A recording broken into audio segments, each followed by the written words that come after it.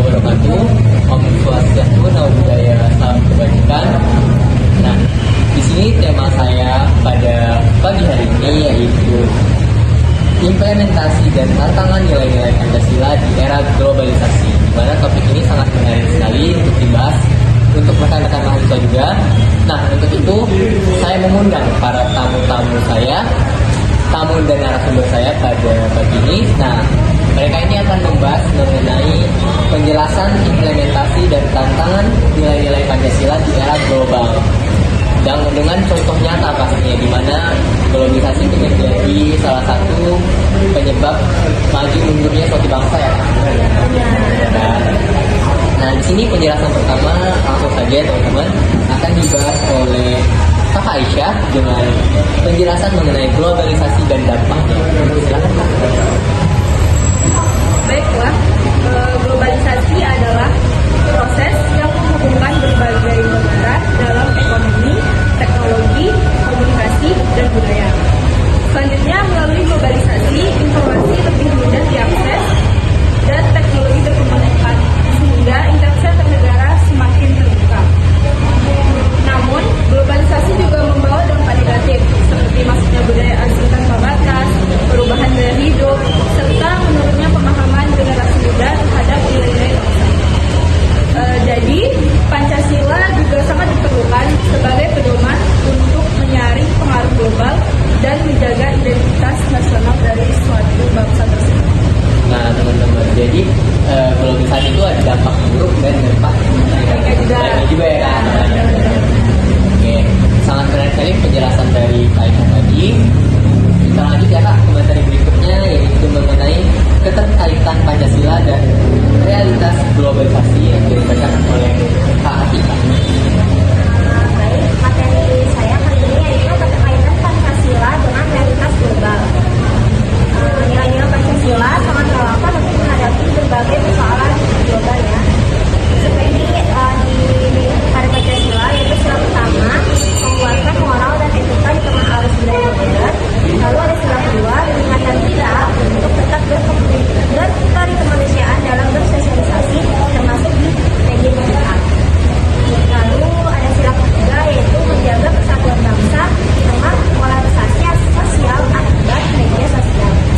Selanjutnya ada sila keempat yaitu membentuk masyarakat yang mampu berdiskusi secara kritis dan demokratis dalam menerima informasi. Lalu sila yang terakhir yaitu kelima adalah menuntut adanya keadilan sosial termasuk pemerataan akses teknologi untuk seluruh masyarakat. Begitu. Gitu ya Kak. Nah, aku tadi sempat dengar mengenai era digital ya Kak. Jadi menurut Kak Atika kan banyak nih pelajar ataupun mahasiswa yang gampang mengaku hoax gitu ya Kak. Nah, kita sebagai mahasiswa tuh harus gimana sih Kak dalam menghadapi era digital tadi? Kita sebagai manusia, sebagai mahasiswa, ya, sebagai mahasiswa harus lebih informatif buat informasi. Jadi kita sebagai mahasiswa ataupun pelajar itu diminta untuk lebih lagi, lebih bijak lagi dalam mengelola era digital ini, karena gampang nanti terpengaruh oleh hoax gitu, ataupun bagaimana yang melemahkan nilai-nilai Pancasila itu sendiri. Benar-benar saja. Dan narasumber berikutnya yaitu mengenai materi implementasi nyata Pancasila. Baiklah, saya akan membahas tentang materi implementasi nyata nilai Pancasila. Implementasi nilai-nilai Pancasila dapat dilakukan melalui tindakan nyata dalam kehidupan sehari-hari